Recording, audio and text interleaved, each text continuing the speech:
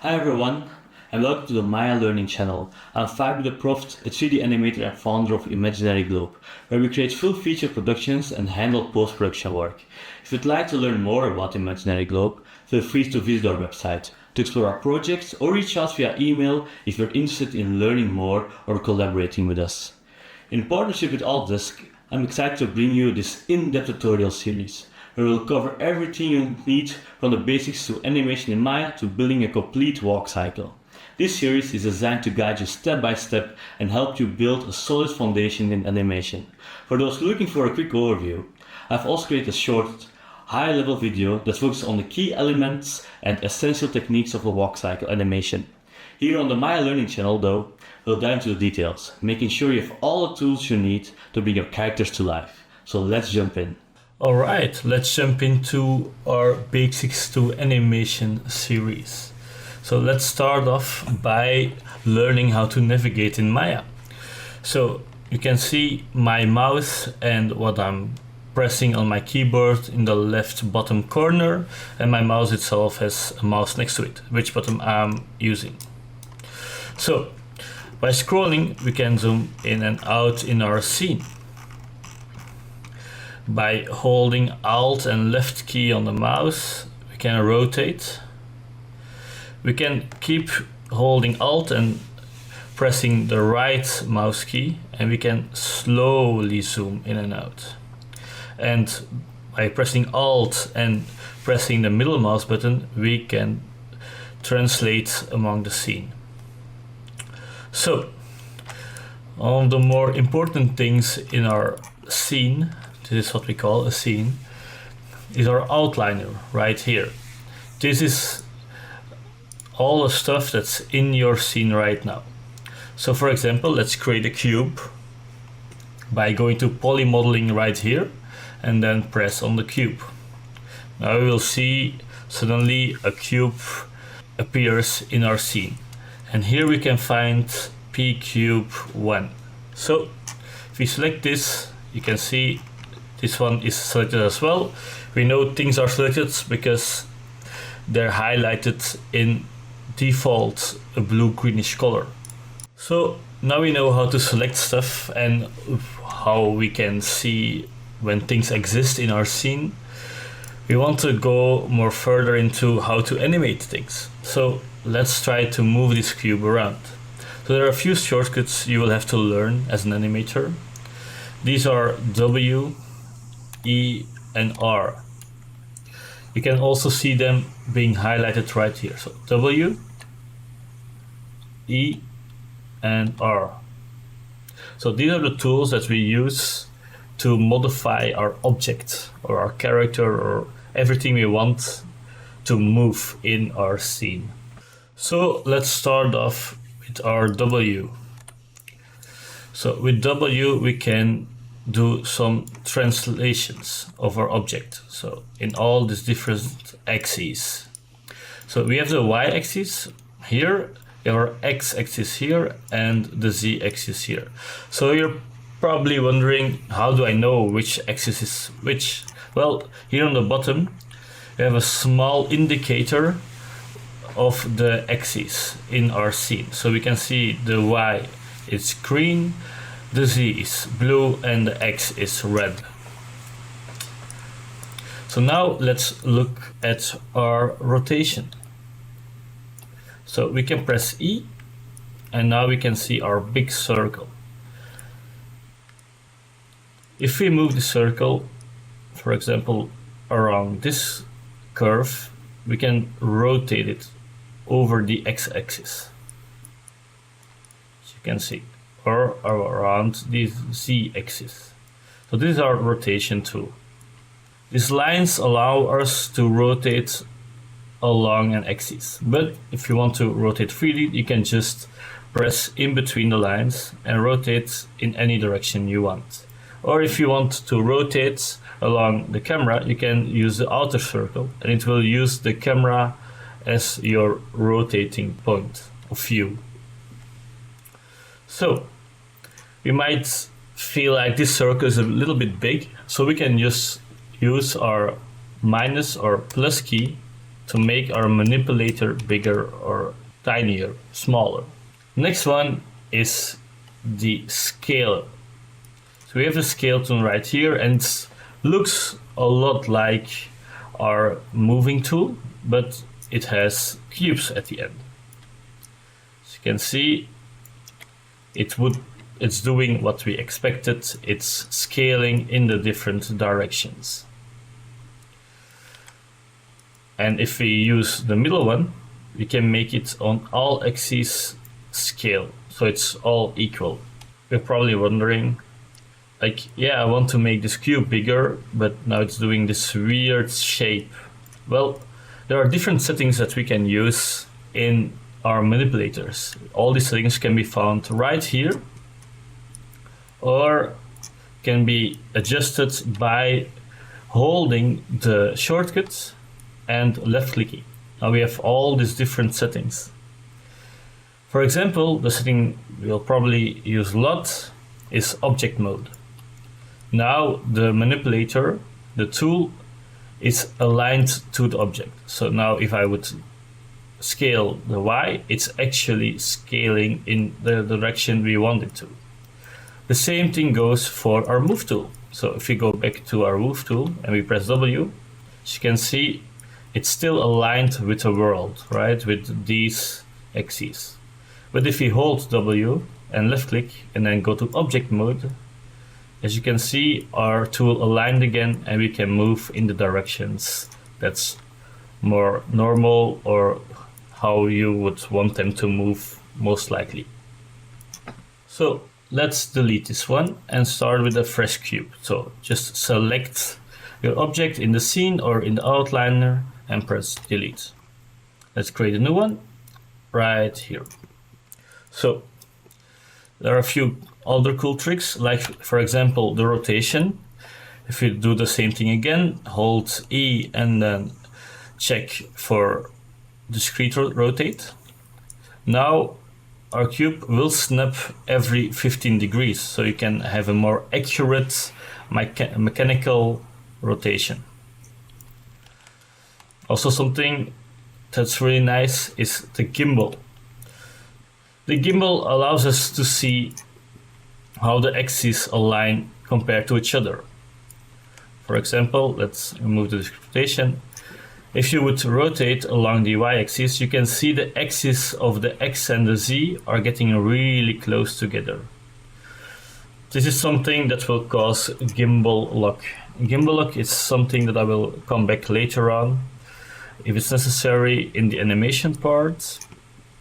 But it's something that's mathematically an issue in the 3D scene. The computer has to think about which axis is set to rotate first, because nothing is rotating at the same time. It will always choose one, and then the next one, and then the next one to determine its final position. And it's up to us as animators to choose the right order of rotations. But let's not get ahead of ourselves. So let me Ctrl Z back to our cube. And let's learn about our channel box. As you can see here on the top right, we have our P cube. That's the name of the cube. We can name it anything else, like this is our cube. As you can see, I'm putting cases right here because Maya doesn't really like spaces. So for example, I would, this is our cube space 5. It would automatically create this to cover up the space. So an underscore is necessary if you want to name everything correctly. So let's go back to our channel box. Our channel box is the place where data at a certain time is stored. This certain time part is pretty important because we're talking about a frame. So let's go to frame 1. So you can do it by sliding the time slider. And let's adjust the positions here. For example, we move in the Y direction here. You can see that it's happening in the channel box as well. Here we can see the specific value of our translation. We can also just drag right here, and you can see it's moving in integers. So it's pretty inaccurate, but if you want to be more accurate, you can hold Control, and you can see it's doing it in floats now. Let's bring it back to our screen. So you can see it's clearly a lot more specific. And the same thing goes for everything else. So we can move in this direction, all via the channel editor, channel box. And same goes for rotations and the scale, obviously. So that's pretty important. And we can toggle the visibility on and off, or just by pressing the H key on our keyboard. So let's start our first animation. Let's just delete this one again and put in a ball, for example. We have the ball right here, and we can press the S key to put a value stuck on this frame. So we can see everything in our channel box is turning red. This means a key has been placed. A key is another word for animation data that is stored on a certain frame. So this is a key on frame 1, as you can see right here. Let's go to frame 10 by scrolling or clicking on the 10 right here, and let's move the ball. Now, two things might happen. If it's the first time your Maya is opened, everything will be gray, like for example, let me Control Z this and disable this button. You can see everything is still pinkish and not red like here. That's because the auto key is turned off. I rather work with an auto key, but it's a personal issue. Some people don't really like it. But when it's your first time animating or just getting started, I recommend you putting on this key. Because when you move things, it's not getting stored automatically. If you want the movement to be stored automatically, you need to enable this auto key here. And now if I move, the axes that I used have turned red. Everything that's untouched is still pink. For example, I did not rotate and I also didn't scale, so it's still pink. But the moment I rotate, everything turns red, and the same thing for when I would scale. And now if we scroll through or drag from 1 to 10, you can see the movement and the scaling and the rotation happen. So this is really the basics into animating an object. So it's pretty big right here. It's 120 frames long, as we can see right here, and right here as well. But here we have a number 200. So actually the total scene is 200 frames, but the time slider has been reduced to 120. So we can go full to 200, we can reduce it to a bit less as well.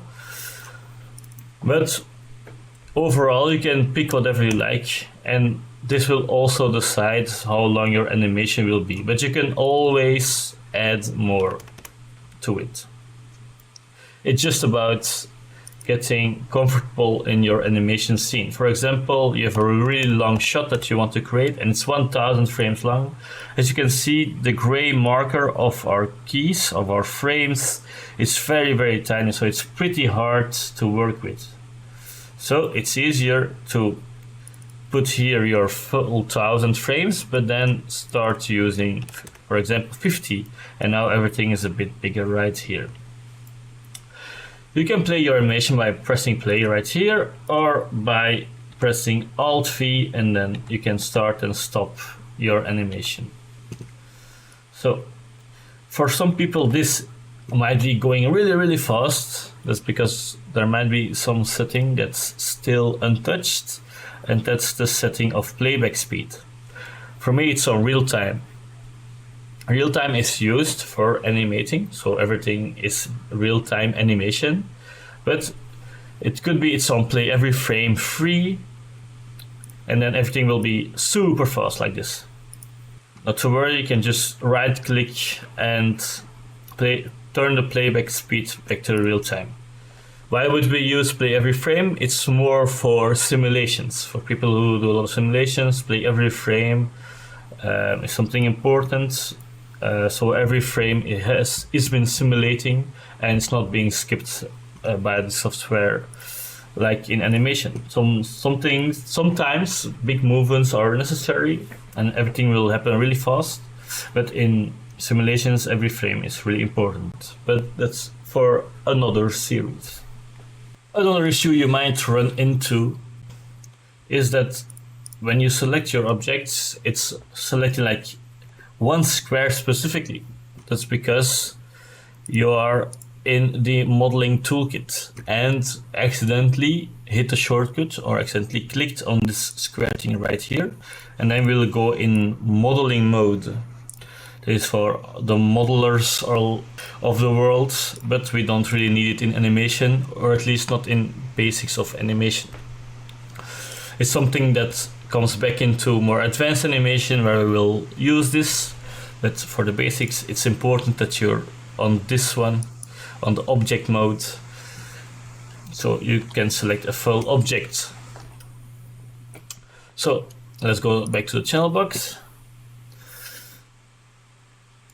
And there's another way to visualize our animation. So not only here by the red lines in the time slider. So the red lines means a key. There is animation data stored. Even if it's only the translation and rotation, there will be a red line for when there's animation data stored. There's another way to store animation, and it's by looking at a graph editor. So I made this a shortcut.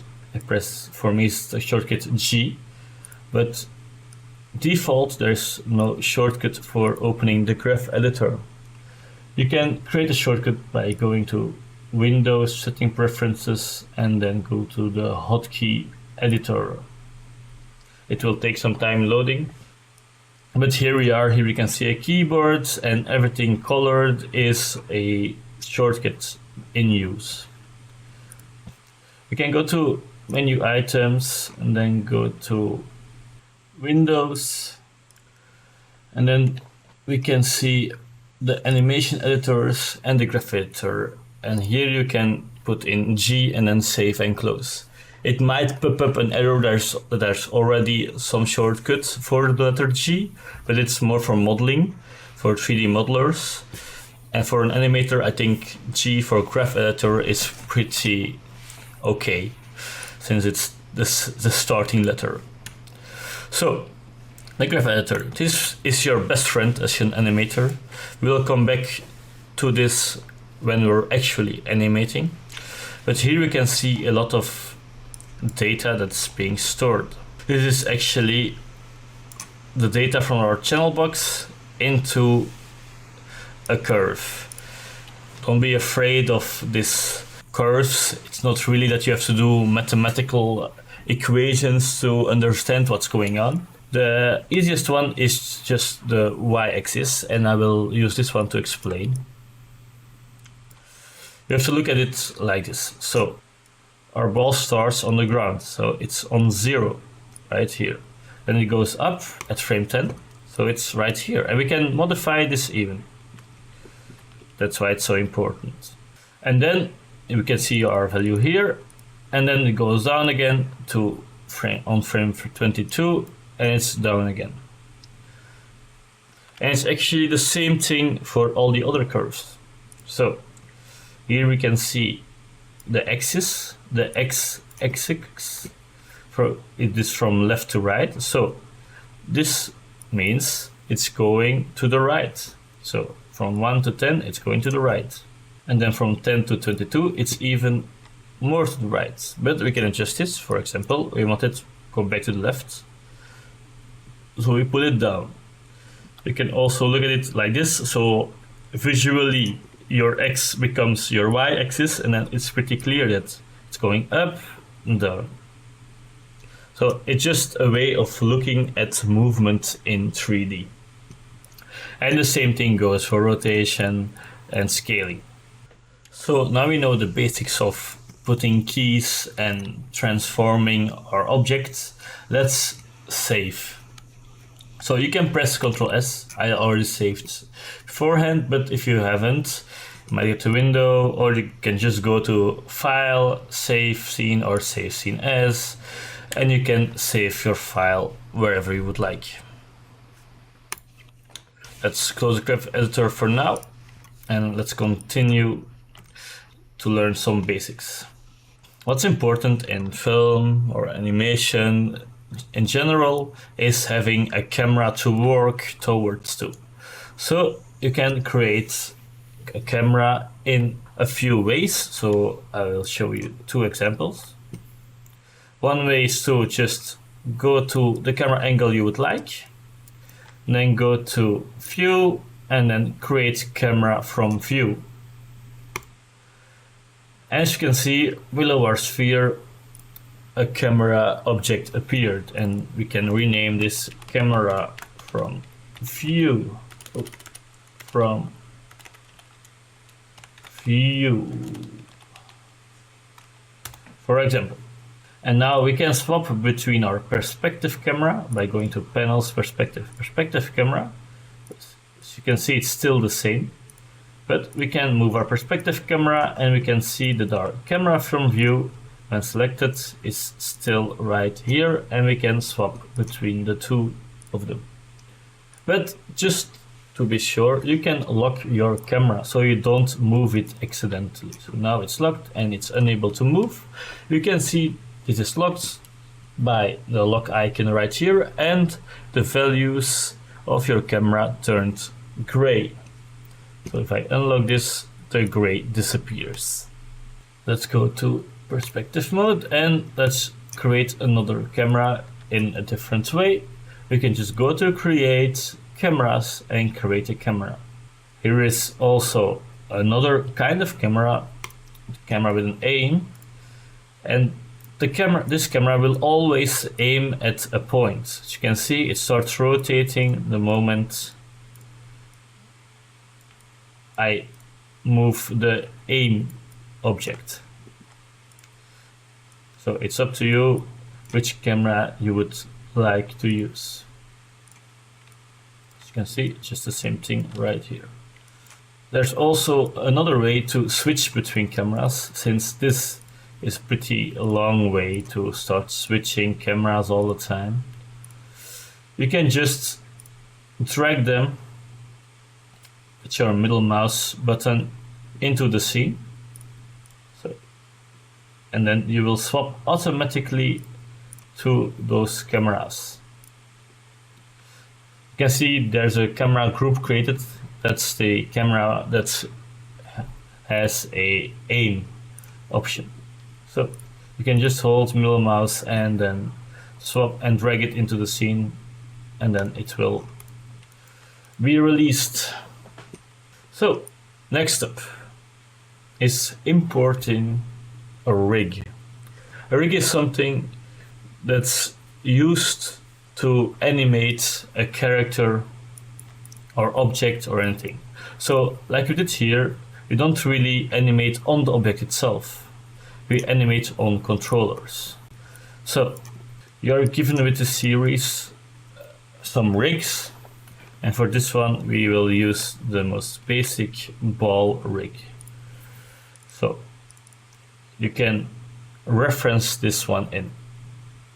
You can do this by pressing Ctrl R like I just did, or by File and then Create Reference. Why don't we just file import? Importing means that everything is adjustable, but creating a reference means that you are referencing another file and that you can only manipulate certain parts and other parts are untouchable, so you cannot break these things. That's why rigs are supposed to be referenced. So you don't break the entire character, but you are allowed to animate the character. So if there are in the future any updates of the character, you can just replace the reference file, but the animation will still exist in the scene. And that's really important in the industry. So let me import this ball setup rig. So yeah, it's a very big ball, but this is how a character with a rig looks like. So let's delete all these cameras first.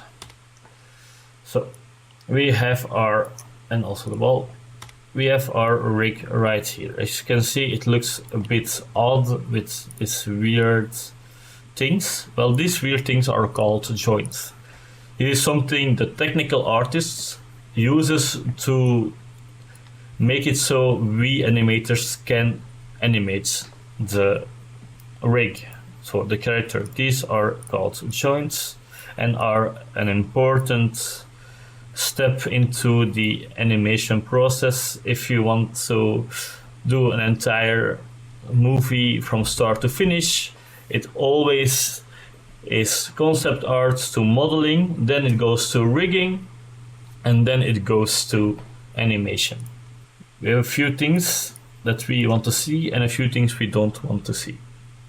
So these things are actually things we should not touch in animating stuff. So let's go to show, then viewport, and disable joints. So now they're gone. How I would like to work is by showing actually nothing at all. So select none, and then bring back just the controllers and the geometry. So geometry are the polygons, or overall the geometry is the object. So you can do it by going to show viewport and then looking for polygons and NURBS curves. These are the controllers of most rigs. So as you can see, NURBS curves is controlling this one. But as you can see, these have shortcuts, Alt 1 and Alt 2. So Alt 1 and Alt 2. Now we can see our character. It's a ball in this case, and the controls of the character. And in show we can see only these two things are enabled, except for the utilities. But these are the things we need, like for example the grid and the manipulator, so we can see our manipulator, which is this thing, right? So now we don't press the ball. So it could be that the rig is untouchable, but now it is. But it might have a layer right here, geo lay for geo layer. You can just press it, double click it, and let's go with R. R stands for reference, and now it's we are unable to press the ball. So now we can't press the ball, but we are able to press or select the controllers right here. So the controllers are the thing that we are using to animate. So we can now press on the controller, move it, and then go to frame 10 and move it again, and so on and so on. And we can do it for multiple controllers at once. But don't forget that you have to press S for the first key you set. Only then the automatic keyer will be activated. So in this case, I have done it for this controller and for this controller. There is already a key on number 1. But for example, for this one, there isn't. So there is no key here. So if I move this, nothing is happening here. Nothing is turning red. So it's important that you press S for your first key and then you start animating the object. So let us remove all the keys for now. So it's the easiest way to do this is just pressing Alt 2, so the geometry is gone, and we can select all the controllers. We hold Shift and drag. In the time slider, right click and press Delete. Now everything of the keys is gone, but it's still doing something weird. Not to worry, with everything still selected except for the geometry, we can just click on translate X and then hold shift till rotate Z, type 0 and press enter, and now everything is zeroed out. And zeroed out means back into default pose. Let's do some basic animation going from left to right. Just so we have something that we can export. As you can see, it goes from left to right. Maya does the interpolation itself.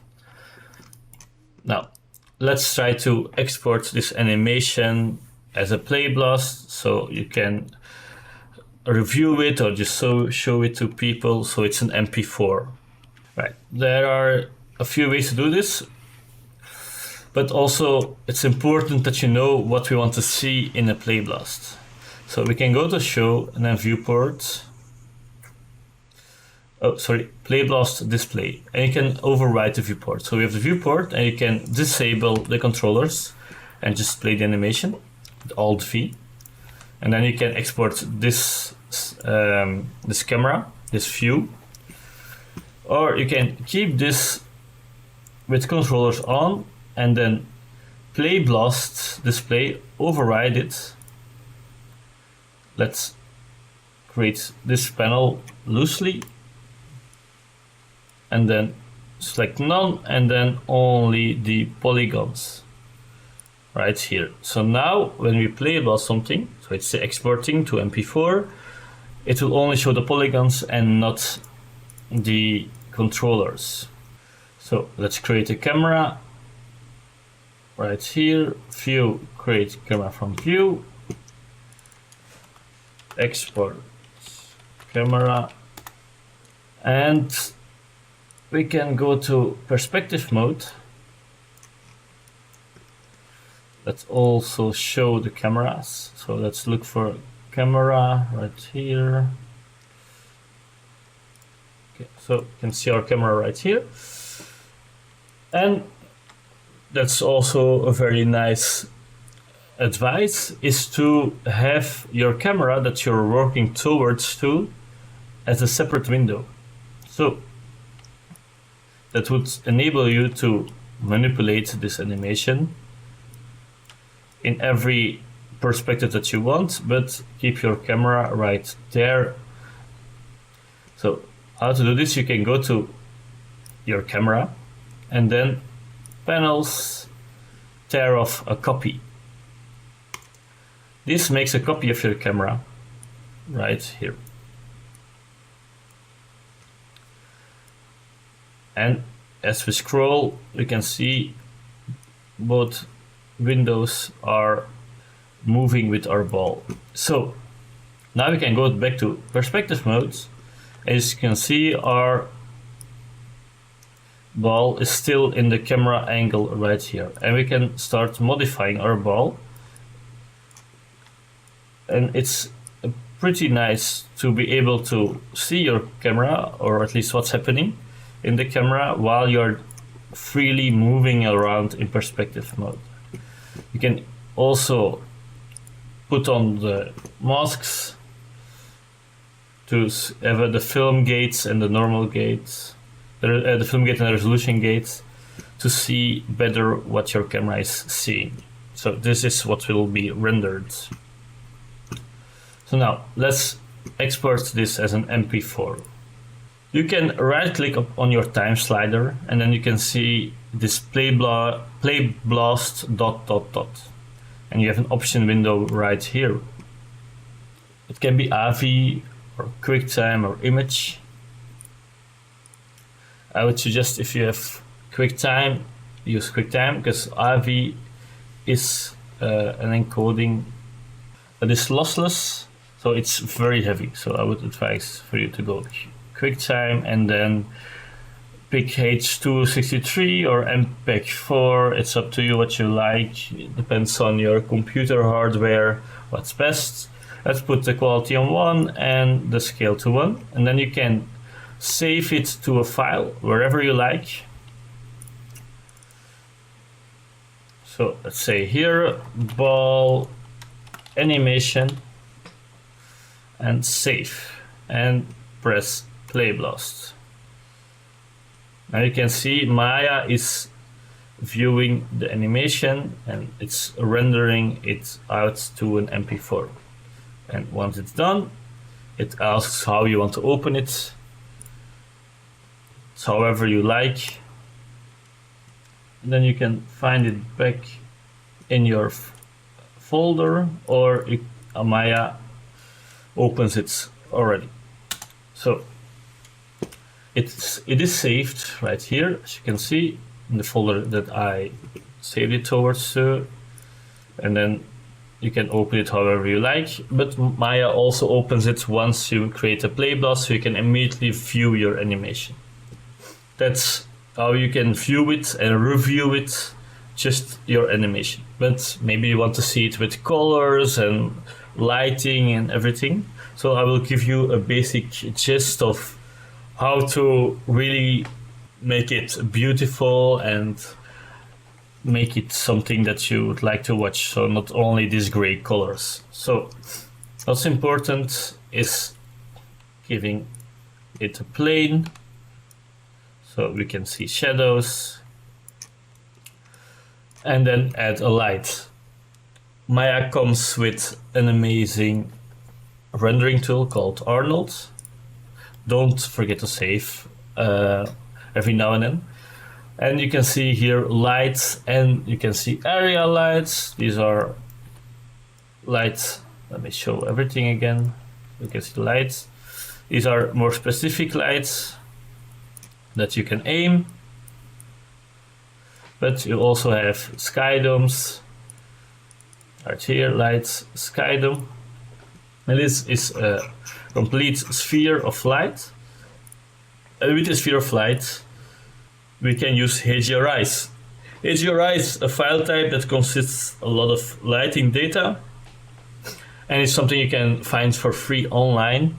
It's used a lot in our industry, and you can just plug it into your scene. You can plug it in by going to the attribute editor of the sky dome. So right here, and then you can, normally you will see your channel box, and then here in the attribute editor, you can see all these different settings about intensity, the exposure, the resolution, and also the color. We can plug in a file by pressing the square right here and then pressing file, and then this opens up. We can search for our image right here, and I create an image here in our My Resources, 4K HDRI. As you can see, it's loaded in. And if your character or your rig has textures, so colors, you can enable them right here if you want to see them in your Maya scene, but this will not trigger anything in your renderer. So in your renderer, let's say first, you can see how the lighting is interacting with your objects. So you can go to Arnold and open all Arnold render view, so you can have a first glance of what's going on. It takes some time for Maya to start processing everything, but once it's done, it starts rendering like here. So here we have our ball in the sky, and you can adjust your lighting however you would like. So if you can just press on the sky dome, we can increase the exposure by 1. You can see everything becomes a lot lighter, and you can adjust the shadow colors and all that kind of stuff. Your animation rendered every frame, then you can go to the rendering tab right here, render, then go to render, and then render a sequence. Here you can select the camera you want to render and the location. You save to the location and press render sequence or render sequence and close, doesn't really matter. And then you will have to let your computer calculate. The thing that will determine the speed of the calculations is the render settings as a first. The render settings can be found right here at the action clipper with the cogwheel. And here in the adult renderer settings, you can see all the render settings. So the camera AA is the most important part. This one determines the noisiness of your global render. So if you really want to do like a final render, it can be 5 or 6 depending on your post work after your renders. And here you have the fuse, specular transmission, subsurface, and the volume indirect. The fuse, we are using the fuse since we have a ball, it has color. The specular is just the shinier it gets, the more specular it has, and that kind of stuff. So we have reflections and that kind of stuff. So we are using specular, so you will have to put a value right here as well. In transmission, you can put 0 in this case because we are not looking through anything. We're not looking through a glass or through a window or something like that. Subsurface can be also 0. Subsurface is the thing that you actually see when you hold a flashlight against your fingers, and we can see like this red pinkish color between your fingers. There's actually light that's bouncing around in your finger through your blood. That's what's called subsurface scattering. So in this case, we don't really have light going into our object and trying to get out again, so we can put this on 0 again. And the volume indirect can be 0 as well, since we have no fog or mist or anything going on in our scene. So this will already speed up your workflow. Like I said, this could be 5 or 6. Let's say 5, and this can be 3 and 3. And this will probably give you some sort of good render settings already. It will take some time in some cases. Now it's only one ball and just a plane and one light. But when you're going to get into more complicated stuff, it can take a lot longer, obviously. Also, a good thing to do is go into your light. So you click on your light, or you click on your light, go to attribute, and then go to your volume samples. Just your samples. And the samples is actually what's defining the noise of your light and shadows. So you can put this on 3 as well. And since we don't have a volume, you can put this on 0 as well. And this will already increase your render, decrease your render time and increase your quality overall. So it is the basics to rendering out your animation. So this is really the basics of animation. Now you learned how to animate a basic object, how to reference a rig. You learned how to move around, navigate in Maya, and also how to render it with some nice lighting so you can have something beautiful at the end of the road. So we will start animating a little bit, but before you are really like an animator, you should know the 12 principles of animation. So the next 12 principles is what we're going to look into next, so we can become a very good animator.